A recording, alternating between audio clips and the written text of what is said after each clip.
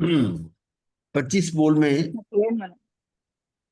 हमारा ये बोल 10वां बोल चल रहा है, कर्म 8। तो इसमें अभी तक हमारी चर्चा हुई कि 8 प्रकार के कर्म है, और मूल में कर्म है क्या और बंधते कैसे हैं, थोड़ी इस पर चर्चा की थी हमने कि कार्बन वर्गना के पुद्गल हैं जो लोक में ठसाठस भरे हुए हैं, और वो अपनी योग्यता से ही द्रव्य कर्म बन के मेरे साथ लग जाते हैं। परंतु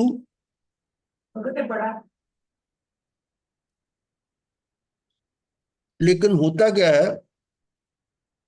कि उन कार्बन वर्गना के पुद्गल स्वतः बनते हैं, ये तो बात ठीक है, परंतु उनको निमित्त मिलता है कोई।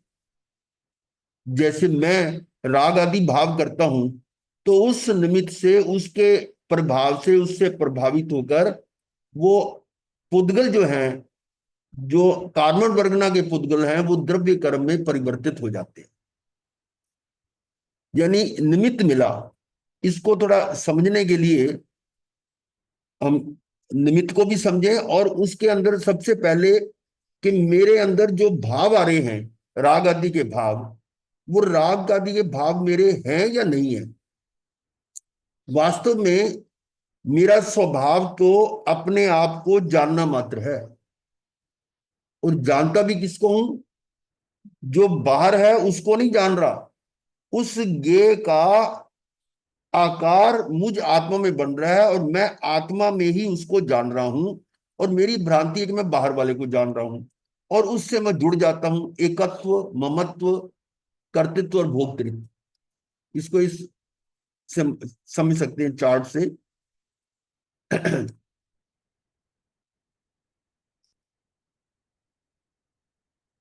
ये है कि आत्मा पर पदार्थों से 4 प्रकार का संबंध स्थापित करता है, ये मूल कारण है। वो क्या है? एक तो है एकत्व बुद्धि, या अहमत्व बुद्धि भी कह देते हैं। मैं शरीर हूं।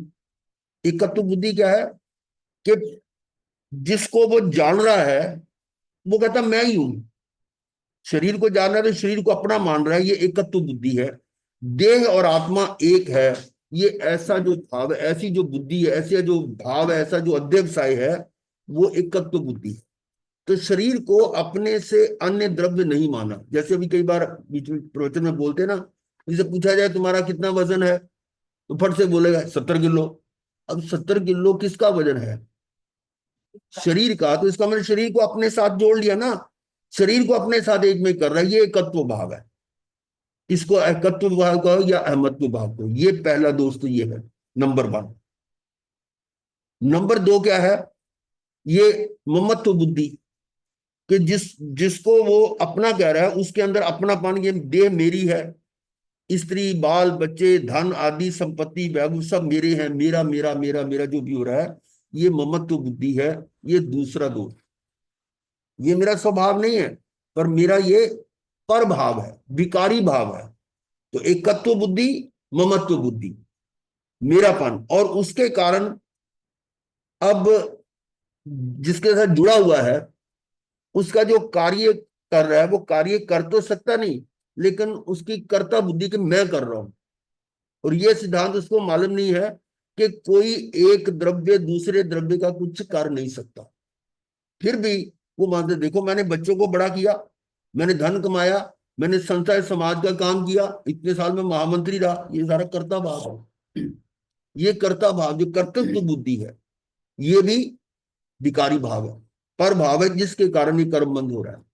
और उसके बाद जो कर्म का फल आता है, मैंने ये किया था, मैं भोग रहा हूं, यानी उसमें जो सुख दुख मिल रहा है, पर पदार्थों के संयोग में सुख माना, वियोग में दुख माना, अतः पदार्थों के भोग उपभोग परिभोग का भाव, ये भोक्तृत्व भाव है। तो ये सारे जो है ना, ऐसे भाव हैं जिसके कारण ये आत्मा पर के साथ अपना संबंध स्थापित कर रहा है। और ऐसा करने से उसके अंदर भाव, पर भाव हुए ना, यानी विकारी भाव कह लो या अध्यवसाय कह लो। और उसके कारण जो कार्बन वर्गना के पुद्गल हैं, वो अपने योग्यता के अनुसार, योग्यता क्यों कह रहे हैं कि कार्बन वर्गना के पुद्गल ही कर्म रूप बदल के मेरे साथ लगते हैं, अगर उसकी जगह औदारिक वर्गना के पुद्गल, उन पे कोई असर नहीं होता। जैसे चुंबक है, उसके नजदीक लोहे का टुकड़ा है तो वो तो खिंच जाएगा, लेकिन उसकी जगह पर सोने का टुकड़ा हो तो नहीं, चांदी हो, तांबा हो, कोई अन्य लकड़ी हो, नहीं खिंचती। सिर्फ लोहे का है जो उस तरफ खिंच जाता है, ये उसकी योग्यता है। आप पूछोगे कि लोहे को कैसे पता लगा कि ये चुंबक है, चुंबक ऐसे में इसको खींचना है, ये उनकी प्रॉपर्टी, उसका गुण है। ऐसे ही कार्बन वर्गना के जो पुद्गल हैं उनकी अपनी योग्यता है, और जैसे ही मैं राग आदि भाव करता हूं वो उसकी तरफ खिंचा है। ये सारी बातें हमने पहले की थी। और इसमें पर भाव होना यानी विकारी भाव होना, या अध्यवसाय भाव जो है, ये मेरा कर्तृत्व बुद्धि, एकत्व बुद्धि, ये सारा जो है ना, ये कर्म बंध का कारण है। मूल बात तो ये होगी। और दूसरी बात ये है, ये निमित्त उपादान, यानी ये था निमित्त उपादान क्या है, ये थोड़ा आपको पहले करवाया हुआ क्लास में, उसी को ये डायग्राम से बता रहे हैं कि उपादान क्या है और निमित्त क्या है, उपादेय क्या है, और जो वस्तु बन रही वो क्या है। ये कर्ता कर्म का संबंध और निमित्त नैमित्तिक संबंध, ये थोड़ा इससे समझ लें। ये उदाहरण दिया गया है, एक घड़ा है, घट, इसका निर्माण हो रहा है, तो उसमें मिट्टी जो है ये उपादान है। मिट्टी ही इस घड़े में कन्वर्ट हो रही है, मिट्टी घड़े में कन्वर्ट हो रही है, लेकिन उसके साथ जो निमित्त है वो कुम्हार है। कुम्हार का निमित्तपन है। कुम्हार क्या कर रहा है, जो भी कर रहा है वो निमित्त है। और ये जो मिट्टी घड़े में कन्वर्ट हो रही है वो अपनी योग्यता से हो रही है। मिट्टी जो है वो अपनी योग्यता से घड़े में कन्वर्ट हो रही है। जैसे माता रोटी बना रही है, तो रोटी, आटा जो है वो रोटी में कन्वर्ट हो रहा है, तो यहां पर उपादान आटा है, और जो उपादेय वो रोटी बन गई, और माता उसके अंदर निमित्त है। माता रोटी में कन्वर्ट नहीं हुई। इसी प्रकार से कुम्हार जो है वो घड़े में कन्वर्ट नहीं हुआ, वो मात्र निमित्त है। ये समझना है। कर्ता कर्म का संबंध कहां होता है, जब वो क्रिया उसके अंदर ही हो, वस्तु बाहर की वस्तु में नहीं हो सकता। मिट्टी है, मिट्टी के अंदर ही जो हो रहा है वो तो है कर्ता कर्म का, और जो पर वस्तु में हो रहा है वो इसमें नहीं। कुम्हार पर वस्तु है, पर है। हाँ, अगर कुम्हार मिट्टी में कन्वर्ट होता है या घड़े में कन्वर्ट हो जाए तो हो सकता है, लेकिन ऐसा होता नहीं है कि एक द्रव्य दूसरे द्रव्य में बदल जाए। तो यहाँ ये एक बात है कि कर्ता कर्म, यानी कर्ता कौन है, मिट्टी है, और कर्म क्या है, घड़ा। ये संबंध हुआ। एक यहाँ लिखा व्यापक व्याप्य। व्यापक यानी जो, जिस, यानी जो पूरा व्याप हो रहा है, यानी जो बरत रहा है, ऐसा जो है वो मिट्टी है, और वो मिट्टी ही इस घड़े में व्याप्त हो रही है। मिट्टी ही तो है, वो घड़े में कन्वर्ट हो रही है। तो ये व्यापक व्याप्य का संबंध भी है। ये व्याप्य लक्षण वाला द्रव्य प्राप्य यानी ग्रहण, विकार्य, परिवर्तित, निर्वर्त्य, उत्पन्न होता हुआ मध्य अंत में स्वयं अंतर व्यापक हो जाता है। यानी शुरू में भी वो मिट्टी है, बीच में भी मिट्टी है, और लास्ट में भी मिट्टी है। मिट्टी ही मिट्टी में बदले, लेकिन उसका कन्वर्शन हो रहा है घड़े में। तो इसको कहते हैं व्याप्य व्यापक संबंध। मिट्टी ही उसमें कन्वर्ट हो रही है। और ये है निमित्त। निमित्त के बिना कार्य होता नहीं है। निमित्त हो और कार्य ना हो तो हम निमित्त ही नहीं कह सकते उसको। निमित्त तभी, मान लीजिए कुम्हार है, जिस समय वो घड़ा बना रहा है उस समय तो उसको कहेंगे ये निमित्त है। पर जिसमें बैठा चाय पी रहा है, तब क्या कर रहा है, उस समय घड़ा थोड़ा बन रहा है, तो उस समय उसको निमित्त नहीं माना जाएगा। निमित्त है जब कार्य हो रहा है, उस समय उसको निमित्त माना जाता है। तो उस निमित्त में ये और भी वस्तुएं आ गई, चाक, डंडा, डोरी आदि वगैरह। तो यहां घड़े का और इसका कुम्हार का संबंध है निमित्त नैमित्तिक। ये निमित्त है, और निमित्त का प्रभाव कहां पड़ रहा है, वो घड़े पे नैमित्तिक हो गया। निमित्त नैमित्तिक संबंध है। और ये था कर्ता कर्म का संबंध। ये दो तरह का संबंध है।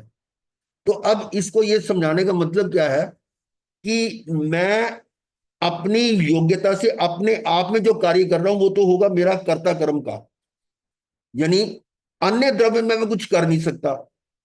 तो जो मैं पर भाव कर रहा हूं, जो विकारी भाव कर रहा हूं, राग द्वेष कर रहा हूं, वो कौन कर रहा है? उसका कर्ता कौन है? मैं ही हूं। मैं ही तो राग कर रहा हूं ना, और तो कोई नहीं कर सकता। तो ये कर्ता कर्म का जो है ना, करने वाला भी मैं हूं, और वो मेरे राग आदि भाव मुझ में ही हो रहे हैं, परंतु इसमें निमित्त कोई दूसरा है। और वस्तु है, उसमें मैं राग द्वेष करके उसे करता हूं। और जो पुद्गल है, मेरे उस राग द्वेष करने के कारण पुद्गल कर्म में बदल रहा है। पुद्गल कर्म में बदल रहा है। वो किसका काम है? पुद्गल की अपनी योग्यता से। पुद्गल की अपनी योग्यता से, नहीं कार्बन वर्गना का पुद्गल कर्म में बदल रहा है। मैं तो मात्र निमित्त हूं। इसका मतलब जैसे कुम्हार घड़े का कर्ता नहीं है, ऐसे ही मैं कर्म का कर्ता भी नहीं। जो कर्म बना है, कर्म का जो कर्म अपने द्रव्य कर्म में कन्वर्ट हुआ है, मात्र निमित्त हूं। तो ये जो है ना कर्ता कर्म का, यानी पुद्गल जो है वो कर्म में कैसे कन्वर्ट होता है? वो अपनी योग्यता से। इसको और एग्जांपल से समझ सकते हैं कि मैंने भाव किया कि किसी फैक्ट्री वाले को ऑर्डर दे दिया भी मुझे ये माल चाहिए और इसकी ये क्वालिटी होनी चाहिए, ये इसका नाप होना चाहिए, इतनी कॉस्ट होनी चाहिए, वो सारी चीजें उसको बता दी गई। ठीक है, उसके बाद मेरा काम ओवर। अब शुरू हो गया फैक्ट्री वाले का काम। वो प्रोसेस करेगा, करके और वो जो माल तैयार होगा वो मुझको दे देगा। ठीक है। इसी प्रकार से मैंने भाव किया, राग आदि भाव किए, और ये कर्म की फैक्ट्री चालू हो गई। कार्बन वर्गना के पुद्गल अपना कार्य शुरू कर दिया, और वो कर्म बनकर मेरे साथ मेरे को आ गई। अब वो जो उदाहरण में जो हम फैक्ट्री की बात कर रहे हैं, वहां तो प्रोडक्शन होने में टाइम लग सकता है, या उस दौरान वो ऑर्डर देने वाला कैंसिल भी कर सकता है। परंतु यहां तो इंस्टेंट है। जैसे ही आपने भाव किया और कर्म बन गए, लग गए साथ में। कोई गैप नहीं है। ऑर्डर कैंसिल नहीं हो सकता, और ना ही वापस उसने, वो तो तुरंत आपको लेना ही पड़ेगा। मतलब वो कर्म जैसे भाव किए, वो कर्म आपके साथ चिपक गया। तो ये था कर्मों का। अब हम आगे चलते हैं महाराज कि जी, एक बात पूछ सकता हूँ? जी जी आपने एक बड़ा अच्छा समझाया कि मिट्टी है उपादान और घड़ा है उपादेय जी जी। और निमित्त है कुमार। हम्म। ठीक है, और कुमार उसके बाद अलग हो जाता है। हाँ हाँ। अब यही बात जब आपने कहा कि वर्गनाएं कर्म में कन्वर्ट होती हैं, तो उपादान और उपादेय का रिलेशन तो वहां आ गया, और निमित्त बनाया आपने आत्मा जब वो विभाग में जाती है, तो फिर हम्म। वो आत्मा से अटैच क्यों रहते हैं? कर्म कैसे अटैच रहते हैं? क्यों रहते हैं? ठीक है। जो कार्बन वर्गना के पुद्गल वो हैं, जो भी द्रव्य कुमार कर्म की में तरह बदले, अलग क्यों नहीं हो जाते? हाँ मैं वो ये बता रहा हूं ना, वो जो मेरे साथ आकर बद स्पृष्ट हो जाते हैं। बद स्पृष्ट किससे होते हैं? जो पूर्व कर्म मेरे साथ हैं, जो पहले के कर्म हैं, उनके साथ अगर वो चिपकते हैं, मेरे साथ वो चिपक ही नहीं सकते। ये उनका स्वभाव है। पुद्गलों की अपनी योग्यता है कि जो वो कर्म बन गए, कर्म बन के जो पहले के कर्म बने, उनके ऊपर वो और तय जम जाती है। वही निमित्त निमित्त की है। हाँ, उसके ऊपर जलते जाएंगे। जब उसके ऊपर ऊपर और उनकी तय जमती जाएगी। नहीं महाराज जी, वो और ठीक वो कहते हैं, उसमें जलती क्या रहती होगा? है, लेकिन वो, वो हाँ, अब क्या कुमार कुछ की पॉइंट तरह ये है अलग ना क्यों कि नहीं हो वो उसके जाते? मैं साथ, ये समझ। नहीं नहीं, विपिन जी सुनो, जो आपका पॉइंट है कि उसके साथ रुके क्यों है, तो वो जो कर्म बंद होता है उस समय चार बातें अलग अलग तरह से हैं कि कौन सी प्रकृति होगी, कितने प्रदेश होंगे, कितनी स्थिति होगी, कितना अनुभाव होगा। तो जो स्थिति बंद है उसके अनुसार उतनी देर तक वो साथ रहेंगे रहेंगे। ये उसका उसका गुण है उसका। जो कर्म बंधे हैं ना, उसकी जो स्थिति बंद हुआ, स्थिति बंद के अनुसार साथ लगे रहेंगे। जब उनकी स्थिति पूरी होगी तो वो अपना फल देके हट जाएंगे। कोई परमानेंटली नहीं है, अनंत काल तक नहीं है। समझ गया मैं, ये यही है ना डिफरेंस समझ मतलब। गया। हाँ। अच्छा, अब है कि ये जो कर्म बंद हो रहे हैं, वो उसको हम देखेंगे कि जो कर्म से नवीन कर्म बंद कैसी होता है। अभी बात हम कर रहे थे पहले के कर्म है उनसे और कर्म कैसे बनते हैं। तो ये मात्र एक समय में एक साथ चारों घाती कर्मों का आक्रम और नवीन कर्मों का बंद होता है। कैसे होना, ये अब समझो। ये एक समय का सारा डायग्राम है। एक समय में जिस समय ज्ञानावर्णीय कर्म का उदय आता है, ज्ञानावर्णीय कर्म का उदय का आना का मतलब आपके ज्ञान के ऊपर आवरण आ गया। ज्ञान आपका क्या है? मैं आत्मा हूं, ये तो ज्ञान है। और मैं शरीर आदि नहीं हूं, ये भी ज्ञान है।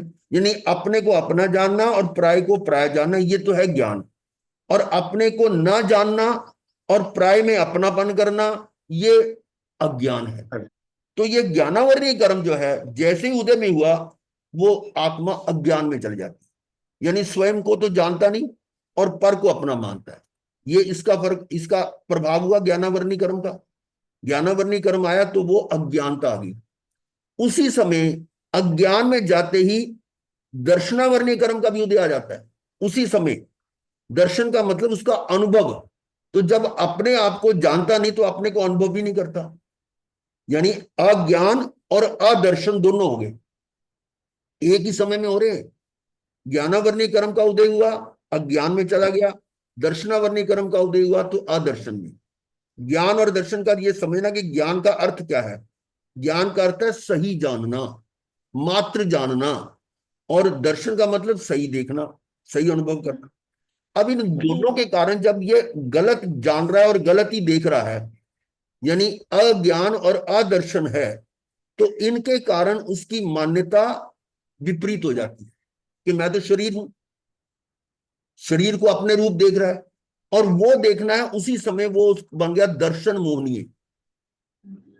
जिस समय ज्ञानावर्णी का उदय हुआ उसी समय दर्शनावर्णी का उदय हुआ, और उसी समय दर्शन मोहनी कर्म का भी उदय हुआ। तो दर्शन मोहनीय क्या है? दर्शन मोहनीय, ये दर्शन यहां पर भी है और यहां पर भी है। ये जो दर्शन, इसका मतलब देखना, अनुभव करना। और ये दर्शन का मतलब मान्यता, फिलॉसफी। दर्शन शास्त्र होता है ना, जैसे इंग्लिश में फिलॉसफी बोलते हैं उसे। तो दर्शन का मतलब ये मान्यता, और दर्शन होने का मतलब मिथ्या मान्यता। वो क्या है कि मैं शरीर हूं। ये जो मिथ्या मान्यता है वो क्या, मैं शरीर आदि मैं हूं। शरीर आदि का मतलब मैं शरीर हूं, ये परिजन मेरे हैं, धन मेरा है, मकान मेरा, ये सारा मेरा मेरा जो है ना, वो सारा मिथ्या मान्यता। तो इस मिथ्या मान्यता के कारण अब वो शरीर में और पर में सुख मान रहा है। और जो शरीर को सुख देता है उसके प्रति राग, और जो शरीर को आदि को दुख देता है उसके प्रति द्वेष। तो राग द्वेष जो है चरित्र मोहनी है। तो इसका मतलब हुआ कि उसी समय चरित्र मोहनी का उदय भी हो गया। जिस समय ज्ञानावर्णी का उदय हुआ उसी समय दर्शनावर्णी का उदय, उसी समय दर्शन मोहनी, और उसी समय चारित्र मोहनी। चारित्र मोहनी राग द्वेष। तो राग द्वेष के भाव जैसे ही बने, और ये क्या है, मिथ्या मोह आदि, राग द्वेष। चरित्र मोहनी के कारण तो राग द्वेष हुआ, और उसके कारण जैसे ही राग द्वेष किए तो कार्बन वर्गना के पुद्गल जो कि इस लोक में ठसाठस भरे हुए हैं, और जिस स्थान पर मैं हूं वहां पर भी वो है। तो वो मेरे इस भावों से प्रभावित होकर कार्बन वर्गनाओं का आना व आत्म प्रदेशों के साथ बद्ध सपृष्ट हो जाना। तो बद्ध सपृष्ट कहा जाता है, वास्तव में जो पहले के कर्म पड़े उनके साथ वो बन जाते हैं। जैसे मान लो ऊपर कोई कवर चढ़ा रखा है कोई, तो उसके ऊपर और मैल जमती जाती, तो कवर के ऊपर अंदर तो सुरक्षित रहेगा ना। ऐसे ही है। तो कार्बन वर्गना का आना और आत्म प्रदेशों के साथ बद्ध सपृष्ट हो जाना, ये हुआ। और इसके आने से ये किस में कन्वर्ट होंगे? कर्मों में। इसके कारण ये जो है ना, ये उससे पहले ये अंतराय कर्म का भी है। अंतराय कर्म का उदय, अतः उपयोग जिस पर राग द्वेष है उसी पर स्थिर हो जाता है। यानी मेरा जो, मेरी शक्ति है वो स्वयं पर ना लगे, जिसके राग द्वेष कर रहा हूं वहां पर मेरा उपयोग लग जाता है। तो उपयोग अलग चला गया तो अंतराय कर्म हो गया। और इनके कारण ये कार्बन वर्गना के पुद्गल मेरे साथ आकर ये 8 कर्मों में कन्वर्ट हो गए। ये कार्बन वर्गनाओं का 8 कर्मों में या 7 कर्मों में। 7 क्यों कहा? कि आयुष कर्म जो है वो हर समय नहीं बनता। तो आयुष कर्म जिस समय बन रहा होता तो 8 ही होंगे। और जिस समय आयुष कर्म नहीं बन रहा या पहले बन चुका है तो 7 कर्म। ये ज्ञानावर्णीय, दर्शनावर्णीय, मोहनीय, अंतराय, आयुष, नाम, गोत्र और वेदनीय। तो ये देखिए, ये सारा जो डायग्राम है वो मात्र एक समय का है। एक समय में यहां से लेकर ये 9वें पॉइंट तक एक ही समय का खेल है ये सारा। तो जैसे ही मैंने अज्ञान में गया, मेरा ज्ञानावर्णीय कर्म का उदय हुआ, तुरंत ये सारी प्रोसेस शुरू हो जाती है। राग आदि सारे उसी के हिसाब से होंगे। तो ये थोड़ा सा बैकग्राउंड में आप समझ लेंगे तो आगे कर्म के बारे में अच्छी जानकारी होगी। मथेनमनामी गुरुदेव। हाँ जी, बोलिए। गुरुदेव, जैसे अभी आपने कहा कि कार्बन वर्गन के पुद्गल है जो वो सृष्टि में मतलब सारे में एकदम ठस भरे पड़े हैं, लेकिन जब मैंने रामोपदेश के द्वारा कर्म बंधन किया तो मेरे वो वाले पुद्गल उन ठस भरे हुए उन पुद्गलों से चिपक जाते हैं, बस पृष्ठ हो जाते हैं। लेकिन वो वाले कर्म मेरे तो नहीं है, तो मेरे उनके साथ क्यों ठस वहां पे क्यों चिपक गए जाके? मेरे यही कर्म तो है मेरे ना, कर्म यही तो है। मैंने अभी बताया कि जो कवर है किसी, जैसे मान लो कोई कोई सोना या हीरा है, हाँ आपने जी, डिब्बी में बंद कर रखा हुआ है और हाँ उसके जी, ऊपर मिट्टी मैल जम रही है, ऊपर जो हाँ जी, कचरा कूड़ा जो भी हो रहा है, लेकिन अंदर में तो वो शुद्ध ही है। ये जो भी परिवर्तन हो रहा है वो बाहर ऊपर ऊपर हो रहा है, उसकी पर्याय में हो रहा है।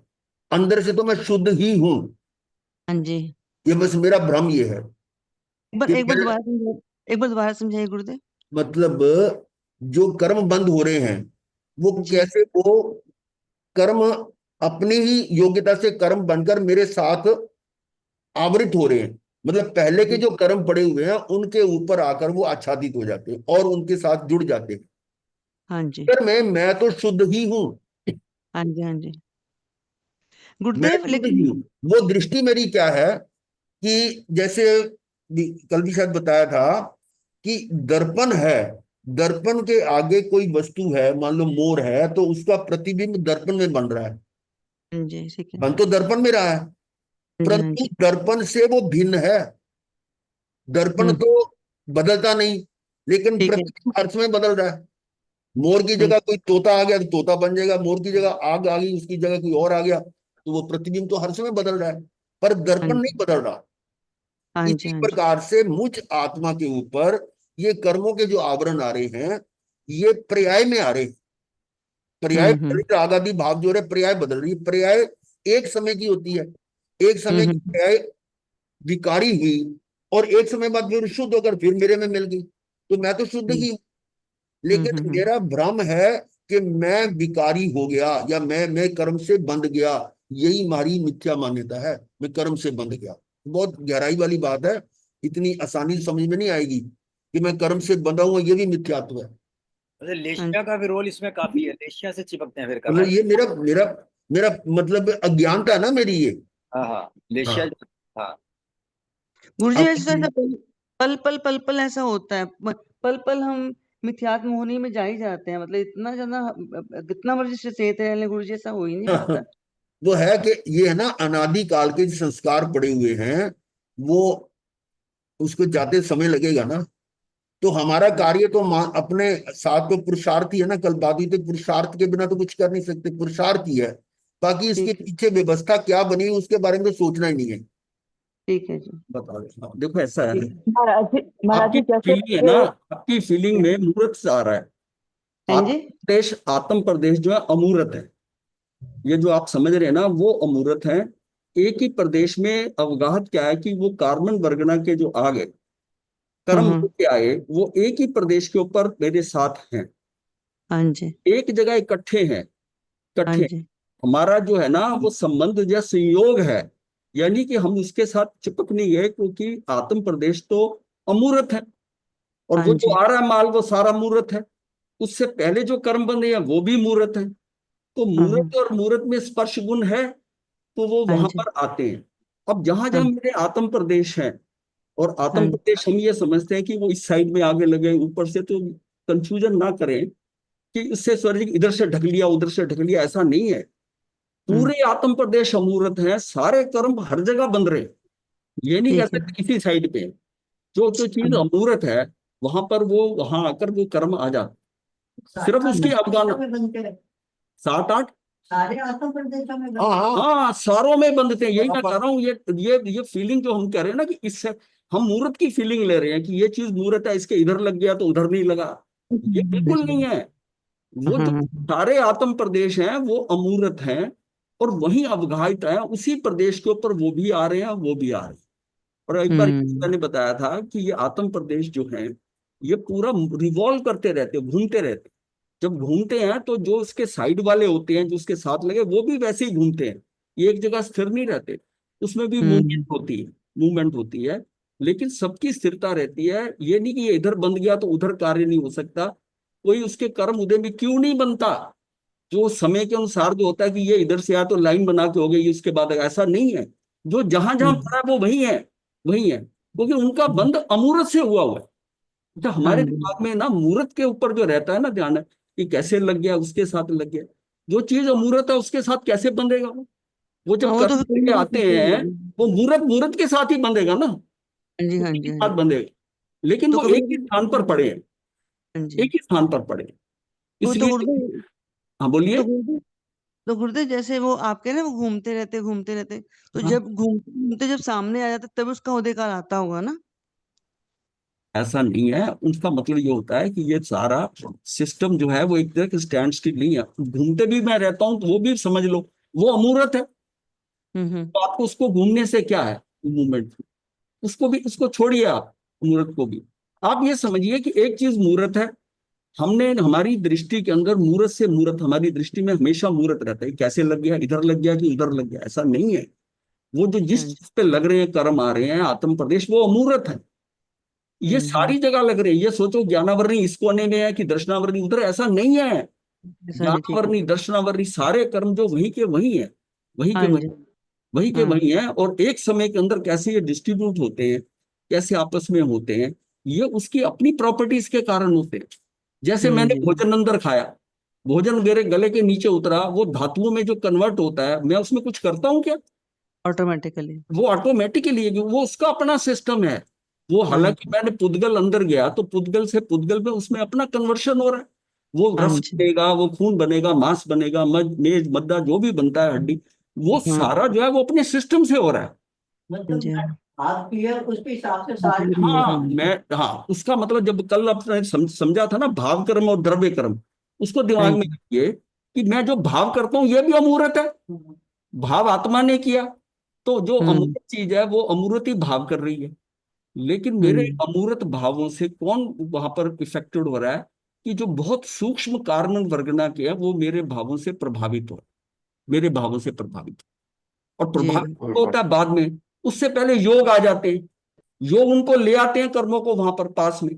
और कौन हाँ से जी। आएंगे, जो आपके नजदीक वाले वो पहले आएंगे। मान लिया आपका लंबा कर्म है, ज्यादा मात्रा में है, फिर उसके आगे वाले आएंगे। ये नहीं है कि जहां से मैंने ले लिए वो खाली होगी जगह। वो कर्म तो हम्म। सारी जगह ठसाठस भरे हैं। वो अपनी हम्म। अपने हिसाब से आते रहते हैं, और मैं जो मेरे सबसे नजदीक है उसको मैं पकड़ता रहता हूँ। अगर मेरे हाँ जी। योग बहुत तीव्र है, बहुत तीव्र योग है, तो बहुत मात्रा में कर्म आएंगे। और उसको आकर वो उतने ही कर्म उसमें लगेंगे, फिर उन्हीं का ही डिवीजन होगा 7-8 में, 7-8 में हम्म। डिवीजन होगा। तो उससे उसकी हम्म। प्रकृतियां बन गई, प्रकृति हाँ बंद हो। जी। तो आपने पहले उसकी मात्रा ली, मात्रा के बाद उसकी नेचर कर्म की क्या है, वो नेचर कन्वर्ट हुआ, क्वांटिटी हो गई, नेचर हो गया। अब बात आई आपके भावों की, जो अंदर हाँ जी। उसमें क्या है कि राग द्वेष, जैसे अभी बताया ना कि चरित्र हाँ जी। मोहनी का उदय हुआ और राग द्वेष हो गया। राग द्वेष हाँ हुआ, जी। जैसे ही राग द्वेष हुआ है, उसी में राग द्वेष होते ही उसका स्थिति बंद और अनुभाग बंद हो रहा है। अब वो सिस्टम होगा कौन सा कर्म बंधा है। अब वो जो अगर मोहनी कर्म है, बहुत तीव्र कर है, तो वो 70 कोड़ा कोड़ी के रेंज का, कोई 30 कोड़ा कोड़ी के रेंज का, आघाती कर्म 20 कोड़ा कोड़ी के रेंज का। तो उसका हाँ जी। स्थिति बंद होगा। वैसे स्थिति बंद होगा तो साथ में अनुभाव भी बंधेगा, कि ये हाँ। हाँ। मुझे कितना सुख या दुख दोगे, ये मेरे कषायों पर हम्म। डिपेंड कर रहा है, राग द्वेष के ऊपर। वो राग बिल्कुल। द्वेष से ये सारा काम हो एक समय मेरा, योग भी हम्म। भाव में प्रभावित भी हो रहा हूँ, मेरे योग भी प्रभावित हो रहे हैं, फिर उसके योगों के बाद में ये सारा आ रहा है। लेकिन हम दृष्टि में एक बार अमूर्त और मूर्त वाला ख्याल रखें। और जैसे ठीक है। वो अगर समझ गए आप कि वो आ रहे हैं अपने हिसाब से आ रहे हैं, अपनी योग्यता मैं कह रहा हूँ कहाँ लगे कैसे नहीं लगे, वो आपके अंदर आ गए, आ गए, हाँ जी। उस आपके अंदर आ गए। जब इनसे आ गए हैं अब वो क्या है कि जब वो हटते हैं, अब उनका जो कर्म आते हैं उनका होता है अबाधा काल। अबाधा काल वाह इतने समय तक नहीं कर सकते, क्यों? ऑलरेडी कर्मों का जो है वो उनका कैसे निकलने हैं वो ऑलरेडी टाइम तय हुआ हुआ है। अब उसको तो डिस्टर्ब नहीं कर सकते, तो इसको हाँ अबाधा जी काल कर दिया। हाँ अबाधा जी काल उस कर्म के हिसाब से है। अबाधा काल का मतलब है कि कर्म तो आ गए हैं लेकिन उदय नहीं हो सकते। उदय नहीं हो जब वो सकता। अबाधा काल खत्म होता है, जो रेशो में खत्म होता है, तब उसका उदय काल आता है। मतलब उदय काल जब आता है, अब आपके उदय काल से पहले, उसके जैसे उदय काल में आया, आप कोई पुरुषार्थ करते हो तो उसकी उदीरना कर लेते हो। नहीं तो हम्म से जब चालू होगा वो आ जाएगा, और एक बार कर्म शुरू हो गया उसका आप कुछ नहीं कर सकते। इसलिए हम्म भगवान ने कहा कि एक समय का भी प्रमाद मत कर, जिसको तू, तेरा वो कोई, तुझे नहीं पता किस समय कौन सा कर्म शुरू हो गया, और जौन सा कर्म बिल्कुल, शुरू हो गया अब तू उसका कुछ नहीं कर सकता। तो भुगतना ही पड़ेगा जी। हाँ, और एक बात ये भी दिमाग में रखिए कि जो एक समय के अंदर कर्म बंधा है, वो एक समय हाँ के अंदर वो खाली नहीं होता, उसको कई समयों में होता है। उसका अंत समय उसकी हम्म स्थिति बंध के अनुसार है। इसका मतलब है हाँ अब जी आदमी निकाल गया और फिर वो शुरू हो गया। अगर आपने कोई पुरुषार्थ कर कर खुद ही उसको निर्जरित कर दिया, यानी कि उदीर ना कर दी, तो कर्म खत्म हो जाएगा। नहीं उदीर ना करी, वो उदय में आ गया, तो अब आपको सहना ही सहना। अब आपको हाँ सहना ही जी। सहना। तो वो उदय में आता है, मुझे जब वो उदय में आ गया, अब उदय में आता है तो उसकी स्थिति कब खत्म होगी? जैसे ही वो उदय में आया, अब वो आपको हम्म प्रभावित करेगा। जैसे हमारे कषायों से हम्म उसका स्थिति बंद हुआ था, अब वो मुझे हिलाएंगे। अब वो हट रहा है ना, वो कहता है कि तूने मुझे ये चार्ज दिया था, ये पकड़, मैं अब जा रहा हूं, और वो मैं हिलूंगा उसमें। हम्म और उसमें जो हम्म, अनुभाव होगा, सुख और दुख का होगा, वो भी मुझे महसूस होगा। अगर मैं हाँ उससे इंप्रूव होता हूँ, इसका मतलब है कि वो जो आ रहे हैं ना, मैं उसको सहन कर लेता हूँ, मेरी आत्मा और निर्मल हो गई। उसमें समझना क्या है कि मेरे ही कर्मों का दोष है। ये जो हाँ कुछ जी स्थिति बदल रही है, कर्म उदय में आ रही है, ये मेरे ही किए हुए हैं। इसलिए मुझे डिस्टर्ब नहीं होना, मुझे नवीन कर्म नहीं होना। लेकिन यहाँ जो है, जो पॉइंट है ना, ये यहाँ डिस्टर्ब हो जाता है। क्यों? हम्म उसका जो अंतराय कर्म है ना, अंतराय कर्म वो उल्टा चल जाता है। जो उसका एक्चुअली समर्थ था, अंतराय कर्म का था कि मैं अपनी योग्यता को अपनी आत्मा के साथ लगाकर इसको सहन करूं। जो उसकी वीर अंतराय जैसे है ना, उसकी हाँ वीरता है जी आत्मा की, लेकिन वीरता के अंदर अंतराय आ गई। अब हाँ उसको जी कंट्रोल नहीं कर रहा, उससे हिल गया। अब उसका सामर्थ्य तो था कि कंट्रोल करने का, उसने करा ही नहीं। और नहीं करा तो नवीन कर्म का बैच आ गया। बिल्कुल, मैंने नया नया कर्म मान लिया, और वो ये बताया गया ना, ये 7-8 कर्म है, ये नवीन बन गए। तो आपका ये जो श्रृंखला चलती आ रही है, जो पुराने कर्म है अपने टाइम के अनुसार जा रहे हैं, तो ये प्रभाव रूप से चलता जा रहा है। प्रभाव रूप से पुराने निकलते जा रहे हैं, नए आते जा रहे हैं, और मैं निकल ही नहीं पा रहा। आपको हाँ कहीं ना कहीं ये श्रृंखला तोड़नी है। उस तोड़ने के लिए मतलब है कि तुम्हारी आत्मवीर इतना स्ट्रांग हो जाए कि आप हिलो नहीं उस समय हिलो नहीं। तो उस मतलब समय एक वो क्यों हिलते कितनी हो आप? कि इधर यहाँ बिल्कुल जो बताया ना 3 नंबर पे दर्शन होनी है, कि आप हाँ जी मिथ्यात्व में जाते हो। हाँ मिथ्यात्व में जी जाना बंद करो। अज्ञानता दर्शन आता है, यहां पर आपको आस्था हो गई धर्म के ऊपर, कर्म सिद्धांत पे हो गई, तो आप कोई गलत काम नहीं करोगे। फिर चरित्र मोही काम नहीं करेगा, और अंतराय कर्म ठीक लगेगा। ये चारों लेकिन घाती कर्म का खेल हो रहा है। चारों हाँ जी कलम एक ही समय में चारों घाती कर्म का उदय हो रहा है, और उसके कारण मेरा नवीन कर्म भी बंधे जा रहे हैं। मुझे इस श्रृंखला को तोड़ना है। इसलिए मुझे क्या क्या नहीं करना, कि मुझे यहां विचलित नहीं होना इस जगह पे। हाँ जी मुझे राग द्वेष नहीं करना, क्योंकि जो बाहर स्थिति परिवर्तन हो रही है, वो स्थिति परिवर्तन हो रही है निमित्त मात्र से, और निमित्त निर्दोष है। हम्म मैंने निमित्त को निर्दोष नहीं माना, दोषारोपण कर दिया, इसने मुझे ऐसा करा, इसने मुझे दुखी करा, इसने ऐसा करा। जैसे ही मैंने सोचा, मैंने दोषारोपण करा, जबकि उसका दोष है नहीं, तो मैंने नवीन कर्म बांध लिया। तो मुझे हाँ स्थिति क्या समझनी है कि कोई मुझे दुखी नहीं करता, कोई सुखी नहीं करता, मैं किसी को दुखी नहीं करता, मैं किसी को सुखी नहीं करता। अगर ये भाव पुष्ट हो जाए, तो आप डिस्टर्ब नहीं होंगे, क्योंकि मेरा ही करा धरा है। जैसी अंदर बिल्कुल फीलिंग आई कि जो कुछ ये हो रहा है बाहर, ये मेरा ही करा धरा है, तो आप विचलित नहीं होंगे। और वो जो है ना, वो आपकी आत्मवीर बढ़ गया, आप हिले नहीं, हाँ क्योंकि ये भाव ने उसको कहा नहीं, ये तेरे ही किया हुआ है, चल शांत होके बैठ। जब आप हम्म गलती करते हो ना, और आपको पता हो कि मैंने गलती करी है, आप चुपचाप होके बैठे रहते हो। और ये गलती किसी के द्वारा हो जाए तो आप भड़क उठते हो। तो ये सिर्फ है कि मुझे अपनी गलती ही समझना। जब मैंने अपनी ही गलती समझ लिया, इसका मतलब है कि मेरे अंदर से वो मिथ्यात्व भी निकल गया, शरीर के साथ संबंध भी निकल गया, इसने मुझे दुखी करा वो भी निकल गया, निर्दोष है शरीर के साथ। शरीर मेरा है नहीं, कोई मुझे दुखी कर नहीं सकता, बाहर जो कुछ हो रहा है वो व्यवस्था के अनुसार हो रहा है, मैं अपने में ठहरूं, ये मेरी आत्मवीर है, तो इसका मेरा कंट्रोल हो गया, आत्मा के अंदर में अपने रह गया, वो कर्म आया और निकल गया। बस ये समझना है सारी बात। ये अंदर पुष्ट कर लिया आपने, फिर आपको प्रोसेस क्या है, इधर होता है कि उधर होता है, इसमें कोई लेना देना नहीं है, कोई लेना बिल्कुल देना। मुझे तो रिएक्शन नहीं करना, मुझे इम्पल्सिव नहीं होना, क्योंकि खेल ये मैंने ही किया हुआ है, मैंने तो करा हुआ है। जो भुगत रहा है कसूर उसी का है। ये बात सीधा ही आना कि मैं जो भुगत रहा हूं ना, ये मेरा कसूर है, ये कभी कुछ किया हुआ उसका परिणाम आ रहा है, इसको चुपचाप सहले, नहीं तो तेरी अज्ञानता के कारण तू फिर फंसेगा और हाँ तू जी, निकल हाँ नहीं जी, पाएगा। बस ये बात हाँ को जी। पुष्ट कर लो। ये जो ओवरऑल जो समझा है ना, उसकी निट्टी ग्रिटी में जो मतलब ओवरऑल भाव से पकड़ लो कि मुझे रिएक्शन नहीं करना, मुझे इम्पल्सिव नहीं होना, सहज रहना, सहज रहना। और ये खेल एक समय का है, एक समय में ही हम भड़क जाएं अगर, तो फिर कर्म बन गया, तो शांत रहे ना। महाराज जी, हाँ जी, हाँ जी। गुरु जी। ये जैसे इतना सारा चीजें होती है जो क्योंकि थोड़े ही समय के लिए होती है, एक पल में ये सारा काम भी हो रहा है, और जो सिचुएशन आती है वो भी एक पल के लिए एकदम से आती है, हाँ तो उस टाइम पे इतनी चीजें याद रखना, जैसे नहीं यार, मैं महाराज जी ये ने कह रहा हूँ, ये एग्जाम्पल दिया। समझो ना आपने अंत समय रिजल्ट समझ लिया कि ये जो बाहर कुछ बदलाव आ रहा है, ये व्यक्ति मुझे अपशब्द कह रहा है, ये मेरा मेरा नुकसान कर रहा है, मेरी चीज को खराब कर रहा है, ये मेरा ही कसूर है। आपने इतना समय नहीं होगा कि आप ये प्रोसेस समझोगे उस टाइम पर।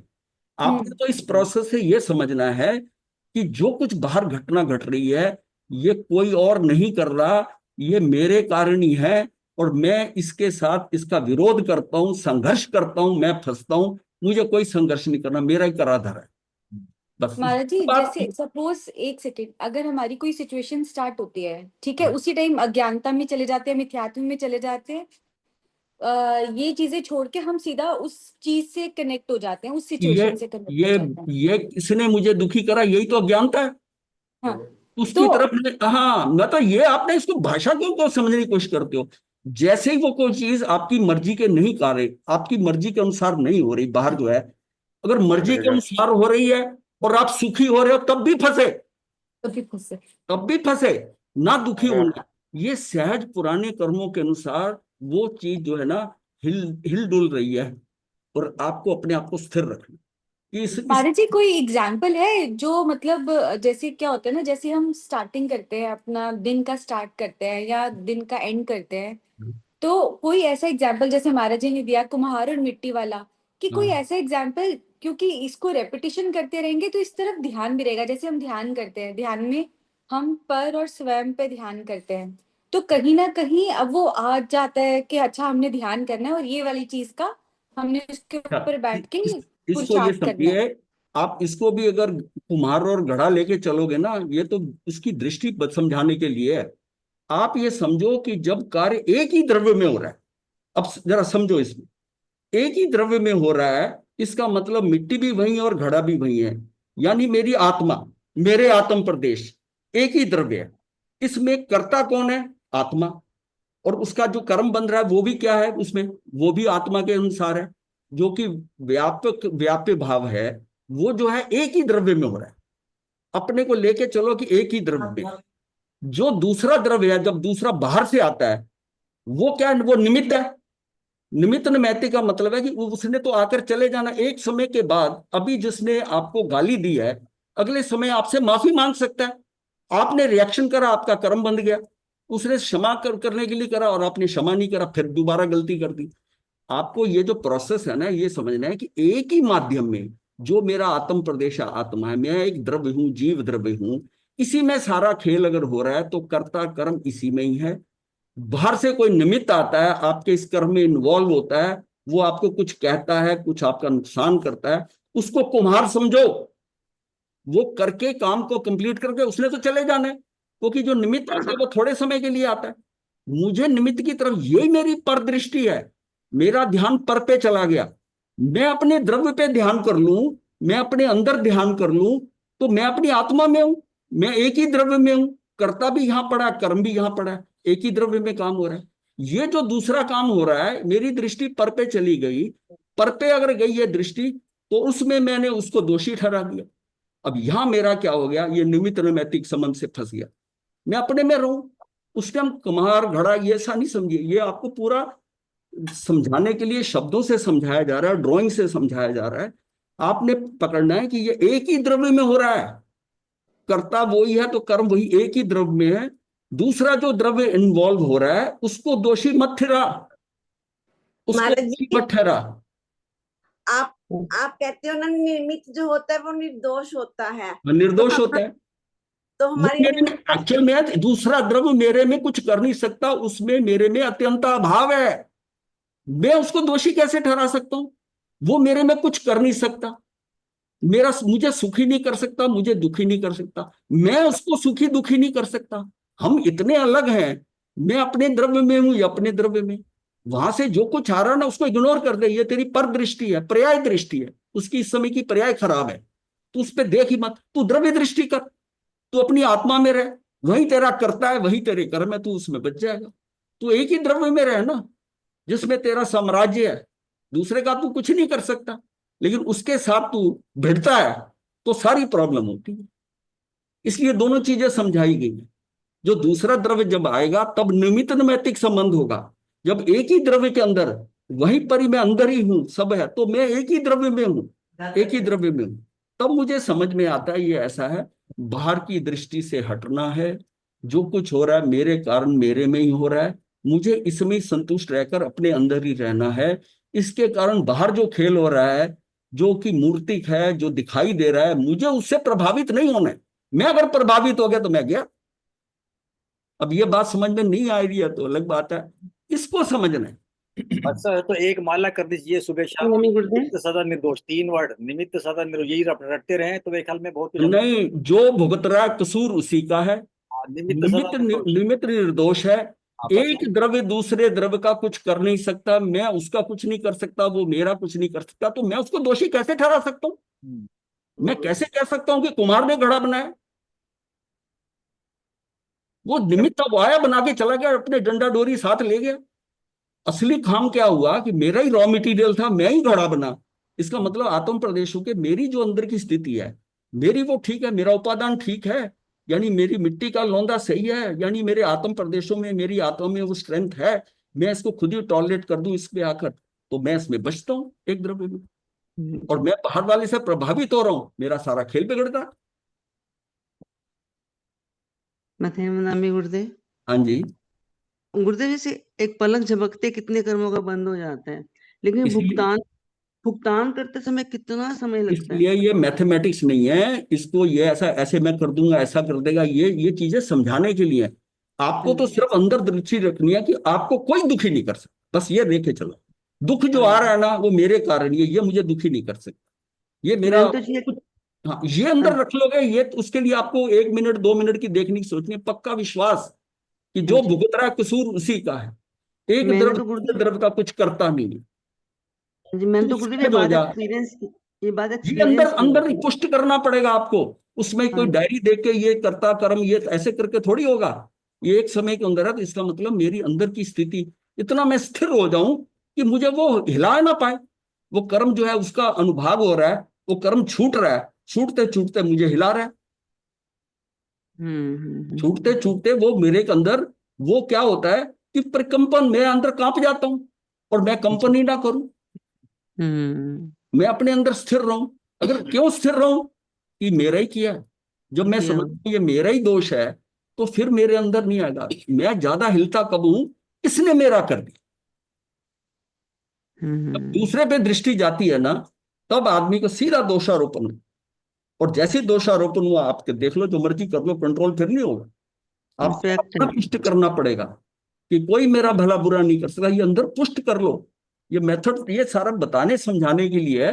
अंदर तो मेन चीज ये समझनी है। बहुत बहुत शुक्रिया ये गुरुदेव, बात बहुत काफी क्लियर कर दी है। अब एग्जाम्पल की बात कर रहे थे, देखिए ये उंगली है, इस उंगली को मैं ऐसे मोड़ रहा हूं, ठीक है, पर ये उंगली अपनी योग्यता से मुड़ रही है, दूसरा हाथ तो निमित्त है इसके लिए। पर अगर इसकी योग्यता मुड़ने की ना होती तो कोई मोड़ सकता है इसको? मोड़ मान लो देगा। इसको हम कहते हैं दूसरी तरफ मोड़ दो, इसको मुड़ेगी? क्योंकि योग्यता ही नहीं है। इसी प्रकार से योग्यता मिट्टी में है घड़ा बनने की, मिट्टी ही घड़ा बनेगी, और कुम्हार तो बाहर का निमित्त है। बस इतनी सी बात समझ लो। दूसरी बात जो आगे चल आ रही थी, यहां पर बद सपृष्ट होना, यहां पर कंफ्यूजन हो रही, मूर्त अमूर्त की बात चल रही थी। आत्मा का ये पहला ही गुण है कि ये अबद्ध भी है और असपृष्ट भी है। ना ये बंधता है, ना इसको कोई स्पर्श कर सकता है। लेकिन व्यवहार में ऐसा कहा जाता है। कैसे? मान लो माता आटा गूंद रही है, तो कोई बच्चा था मेरे को ये देता है और मेरे हाथ आटे में लिपटे हुए हैं, मतलब यानी हाथ आटे वाले हैं। अब वो आटे के अंदर हाथ डला हुआ है, पर हाथ अलग है और आटा अलग है, दोनों एक में एक नहीं हुए। समझे ना? एक में एक नहीं हुए। इसी प्रकार से मुझ आत्मा, जो आत्मा रूपी हाथ इस कर्मों के ढेर में चला हुआ है। कर्मों का ढेर ऊपर जो है ना, आटे की जगह कर्म समझ लो, वो लिपटे हुए हैं, और मैं समझता हूं कि ये मैं उसके साथ बंधा हुआ हूं। वास्तव में जैसे आटे के अंदर हाथ डाला हुआ है, ऐसे ही मुझ आत्मा के ऊपर चारों तरफ से ये कर्मों की वो लगी हुई है। तो उसको हम व्यवहार में कहते हैं बद्ध सपृष्ट है, वास्तव बंधा हुआ नहीं। आगे चलिए, ये पहला है ज्ञानावरणी कर्म। बहुत अब सिंपल आराम से देखेंगे इसको। जिस कर्म के उदय से, अब कर्म तो देखो कार्बन वर्गना के पुद्गल तो एक जैसे ही है, रॉ मटेरियल सबका एक ही है, लेकिन मेरे राग आदि भावों के कारण, मेरे भावों के अनुसार उसके अलग अलग रूप बन जाते हैं। कि जो मैं मतलब किसी के ज्ञान में बाधा डालता हूं तो उससे वो इस तरह कर्म बंध गया। तो ये जो कर्म बंध रहा है, जिस कर्म के उदय से, अब उदय आ रहा है, उससे आत्मा के ज्ञान गुण पर न्यूनाधिक रूप से आवरण हो। जो ज्ञान गुण मेरा है कि मैं आत्मा हूं, इस पर कम या अधिक तरतमता से उसके ऊपर आवरण आ जाता है, वो ज्ञानावरणी कर्म। और अभी ये बताया जैसे हर कर्म का स्थिति बंद होता है, तो जितनी देर तक वो मेरे ऊपर छाया रहेगा तो मुझे ज्ञान नहीं होगा। ठीक है? तो उसके जब वो समय आएगा, उसका ज्ञानावरणी कर्म का क्षय हो जाएगा, तो ज्ञान प्रकट हो जाएगा। अब आप पूछ सकते हैं कि इसको कैसे खत्म करें, ज्ञानावरणी कर्म को कैसे खत्म कर सकते हैं? तो एक फार्मूला भगवान ने बताया है, स्वाध्याय से ज्ञानावरणी कर्म का क्षय होता है। जो हम बार बार स्टडी कर रहे हैं, एक ही बात को आप बार बार रिपीट करते जाएंगे, स्वाध्याय करेंगे, वाचना, पृच्छना, पर्यटना, अनुप्रेक्षा, ये सारे आते हैं उसमें, तो उससे ज्ञानावरणी कर्मों का क्षय होता है, क्षोभक्षम होता है। तो उसके कारण आपका जो है हट सकता है। लेकिन जब तक ज्ञानावरणी कर्म का उदय है तो हम समझ नहीं पाते ये ज्ञानावरणी कर्म का अर्थ है। जिस कर्म के उदय से आत्मा के ज्ञान गुण पर न्यूनाधिक रूप से आवरण हो, उसे ज्ञानावरणी कर्म कहते हैं। और इस कर्म के उदय से आत्मा स्व और पर को ठीक से नहीं जान पाता है, अपने को ठीक से जान नहीं पाता। इस आवरण को आंख पर पट्टी के समान माना जाता है। चित्र में देखते हैं कि आंख में पट्टी बंधी हुई है, कुछ समझता ही नहीं है। और ज्ञानावरणी कर्म के सदा काल क्षोभक्षम होने के कारण आत्मा में थोड़ा बहुत ज्ञान तो हर स्थिति में रहता ही है। अब ये क्षोभक्षम किस में होता है, किसका क्षय होता है? ज्ञान का नहीं, ज्ञानावरणी कर्म का। ज्ञानावरणी कर्म का क्षय या उपशम, जिसको हम क्षोभक्षम कहते हैं, ये हर समय सदा काल होता रहता है, सदा काल, अनादि से। पर उसकी तरतमता कम अधिक हो सकती है। वो क्षोभक्षम जो है वो कम भी हो सकता है, ज्यादा भी हो सकता है। जितना क्षोभक्षम कम होगा उतना आवरण कम हटेगा, तो ज्ञान कम प्रकट होगा। और जितना क्षोभक्षम अधिक होगा तो आपके आवरण इतने ज्यादा हट जाएंगे और ज्ञान अधिक उद्घाटित हो जाएगा। तो यहां पर क्या बताया जा रहा है कि ज्ञानावरणी कर्म के सदा काल क्षोभक्षम होने के कारण आत्मा में थोड़ा बहुत ज्ञान तो हर स्थिति में रहता ही है। अनादिकाल से है तो अनादिकाल से क्षोभक्षम भी हो रहा है, उसके कारण अनादिकाल से थोड़ा सा जिस कहते हैं ना अक्षर का अनंतवां भाग, वो वाला ज्ञान रहता है। अतः उसका सर्वथा लोप नहीं होता, क्योंकि सर्वथा लोप हो जाए ज्ञान का तो फिर तो जीव ही नहीं रहेगा। वो जीव का लक्षण ज्ञान है, ज्ञान ही आत्मा है। जब ज्ञान ही खत्म तो आत्मा में तो जीव ही एग्जिस्ट ही नहीं करेगा, अस्तित्व नहीं रहेगा। तो ये है ज्ञानावर्णी कर्म, यानी आंख पर पट्टी। फिर अगला है दर्शनावर्णी कर्म। ये दर्शनावर्णी कर्म क्या है? आत्मा के दर्शन गुण, उसका अनुभव होने के लिए, दर्शन का मतलब आंख से दिखना नहीं, उसका उसको समझना, अनुभव करना, उसको न्यूनाधिक आवृत करने वाले कर्म को दर्शनावर्णी कर्म कहते हैं। ये दर्शनावर्णी कर्म। द्वारपाल अब एग्जाम्पल है, चाहे तो किसी व्यक्ति को राजा के दर्शन करने से रोक भी सकता है। जो पियोन है ऑफिस के आगे खड़ा है ना, वो अंदर जाने दे या ना जाने दे, रोक सकता है। द्वारपाल चाहे तो किसी व्यक्ति को राजा के दर्शन करने से रोक भी सकता है। इसी प्रकार जब तक इस कर्म का उदय रहता है तब तक आत्मा अपने स्वरूप का दर्शन नहीं कर पाता। इस दर्शनावर्णी कर्म के कारण अपने आप का अनुभव नहीं होता, ये कारण है। और फिर ज्ञानावर्णी कर्म की भांति ही, जैसे ज्ञानावर्णी का बताया, ऐसी दर्शनावर्णी कर्म के भी सदाकाल क्षम होने के कारण आत्मा में थोड़ा बहुत अनुभव या दर्शन तो हर स्थिति में रहता ही है, उसका सर्वथा लोप नहीं होता। ठीक है, ना तो ज्ञान शून्य होता है ना दर्शन, अज्ञान अलग चीज है। तो ये है दर्शनावर्णी कर्म, जैसे ये अंदर जाना वो रोक सकता है द्वारपाल। फिर आता है वेदनीय कर्म। इस कर्म के उदय से आत्मा में सुख दुख का संवेदन होता है, यानी कर्म की पहचान हो रही है। देखो आप कर्म को कैसे पहचानोगे? आपकी आत्मा के साथ कितने कर्म लगे हुए हैं कोई बता सकता है? नहीं बता सकते। केवली जानते हैं, केवली तो सब कुछ जानते हैं, लेकिन हमारे साथ कितने कर्म लगे वो हम नहीं जानते। परंतु इतना है कि जब वो कर्म उदय में आता है तब हम जानते हैं ये कर्म पड़ा हुआ था तो उदय में आया। तो जब उदय में आता है तब हमें पता लगता है ये कर्म मेरे साथ था, उससे पहले तो हम सोचते ही नहीं। तो ये इस कर्म के उदय से आत्मा में सुख दुख का संवेदन होता है। सुख या दुख, जिसको हम अनुकूल या प्रतिकूल बात, शारीरिक अनुकूलता के संवेदन को सुख अथवा सातावेदनी कर्म कहते हैं, दो भाग इस सातावेदनी। और शारीरिक प्रतिकूलता के संवेदन को दुख अथवा असातावेदनी कर्म कहते हैं।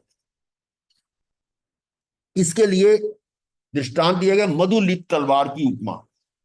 तलवार है वो शहद में लिपटी हुई है और वो चाट रहा है तो उसको स्वाद आ रहा है इसका शहद का। और उसके चाटने से तलवार से जीभ भी कट सकती है, ये इस तरह का है। या वो याद होगा आपको, वो आदमी लटका हुआ था,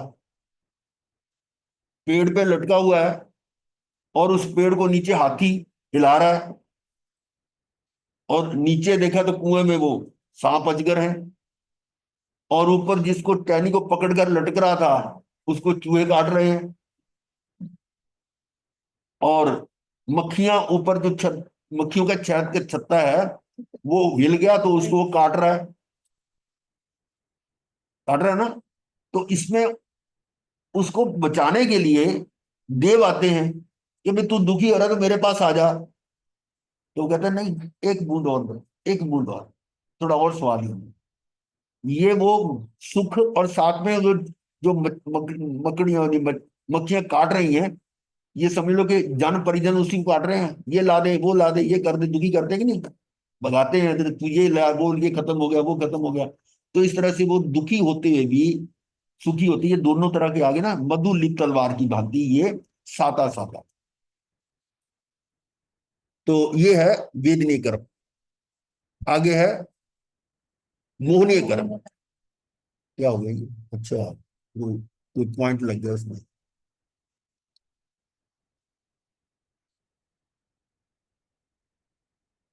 ये स्टॉप हो गया। हम्म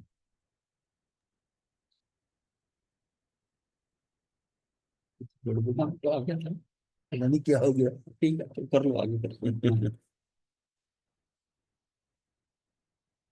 चलिए, ये था अब मौनी ठीक है, वेदनी हो गया मौनी। हाँ?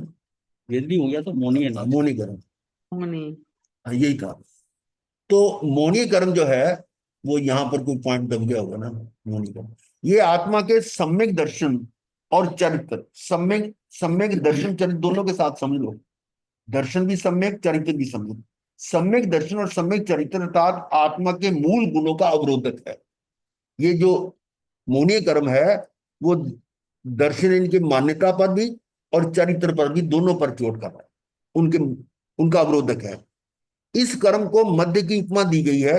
जैसे मद्य यानी शराब का नशा कर लेने पर मनुष्य अपनी चेतना को खो बैठता है। वो नीचे लेटा हुआ है, सेठ का लड़का है, पीप आके नीचे, और कुत्ते चाट रहे हैं उसको। अगर तू सेठ, तू यहाँ को लेटा, अरे तू मजे आ रहे हैं। मतलब उसको अपनी चेतना खो बैठता है और उसको होश नहीं है कि मुझे क्या हो रहा है। यही हाल हो रहा है। वो जो पेड़ पे लटक रहा था, तो उसका भी तो यही हाल है ना। ये मुझे मजे आ रहे हैं, वो मधुमक्खियां काट रही हैं, और ऊपर वो टहनी टूटने वाली है, नीचे उतरे वो सांप अजगर वाला, वो चारों गति वाला है, फिर भी नहीं सोचता वो। ये क्या है? मौनीय कर्म। उसके एग्जाम्पल थी वो। तो मौनीय कर्म के उदय से आत्मा अपने स्वरूप को समझ नहीं पाता। और मौनीय कर्म दो प्रकार का माना गया है, दर्शन मौनीय और चरित्र। चरित्र। ये दर्शन और चरित्र दोनों का ना, तो दर्शन मौनीय और चरित्र मौनीय, दो तरह का कर्म हो गया। और आगे देखिए, ये आ गया मोहनीय कर्म का ही। दर्शन मोहनीय कर्म देव गुरु धर्म में अविवेक या विपरीत दृष्टि पैदा कर देता है।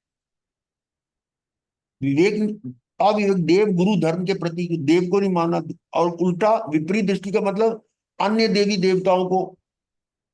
देव दो तरह के हैं, एक तो अरिहंत देव हैं और एक दूसरे हैं लौकिक देव। तो लौकिक देवों को मानने लग जाता है। गुरु, अब गुरु भी कई तरह के, कौन सा सतगुरु और कौन सा नहीं है। गुरु घंटाल तो बहुत मिल जाते हैं, और दुनिया उनके पीछे लगती भी है, और जब उनका भेद खुलता है तो वो भी आप जानते हैं। तो ये जो है ना, इस तरह का विवेक हो जाता है ना, तो देव गुरु धर्म तीनों में वो दृष्टि हो जाती है। ये दर्शन मोहनीय करा। इसके क्षय सम से मिश्र समकित्व और क्षय समित की प्राप्ति होती है। यानी इसका क्षय सम हो अगर इस मोहनी कर्म का, दर्शन मोहनी का, तो ये समकित्व हो सकती है, क्षय समिक या मिश्र, या और अगर उसका क्षय हो जाता है, मोनी कर्म दर्शन मोनी क्षय हो जाए, तो क्षायिक संकित हो जाती है। ये और डिटेल में फिर बाद में देखेंगे, अभी आगे सब्जेक्ट आएगा। चरित्र मोनी कर्म के उदय से कषाय, नोक्षाय तथा प्राणातिपात आदि 18 पाप होते हैं। चरित्र मोनी क्या करता है? चरित्र है आपका राग देश, क्रोध मान माया लोभ, ये कषाय है। और इनके कई भेद है, कषाय के 16 भेद, अनंतानुबंधी, अप्रत्यज्ञानी, प्रत्यज्ञानी और संज्वलन। नौ कषाय क्या है? जो कषाय नहीं पर कषाय के साथ है। हास्य, रति, अरति, भय, शोक, जुगुप्सा, स्त्री वेद, पुरुष वेद, नपुंसक वेद।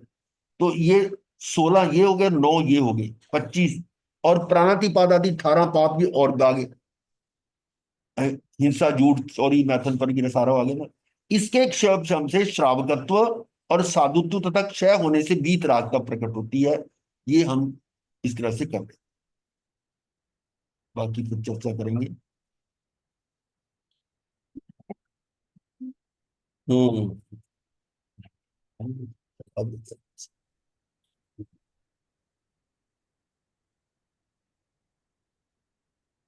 चलो 2 लाइनें बोलेंगे।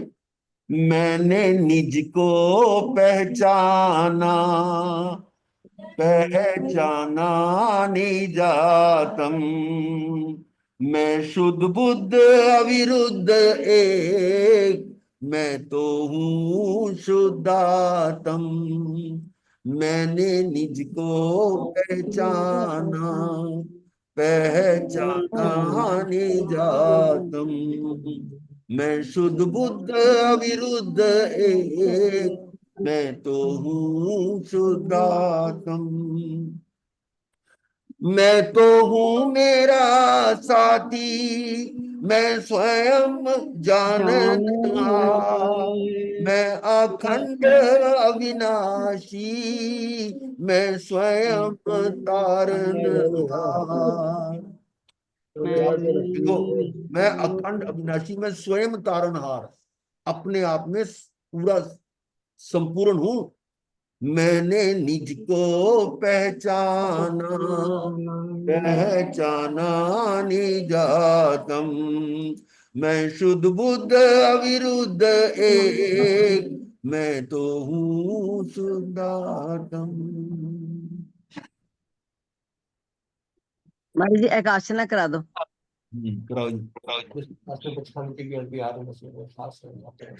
धारण करो त्यागो नमो अरिहंतान, नमो सिद्धान, नमो आयुर्वेदान, नमो बुद्धान, नमो सौसावनम चतारि मंगलम अरिहंतान सिद्धान साधु मंगलम केवली कबरतो धम्म मंगलम चतारि लोकोत्तमा अरिहंता लोकोत्तमा सिद्धा लोकोत्तमा साधु लोकोत्तमा केवली कबरतो धम्म लोकोत्तमा चतारि शरणं पूज्यामि अरिहंते हे शरणं कवचामि साहू शरणं कवचामि केवली सनातन धम्मं शरणं कवचामि चारि शरणे सुख करने मंगल करने सदा हे मंगल।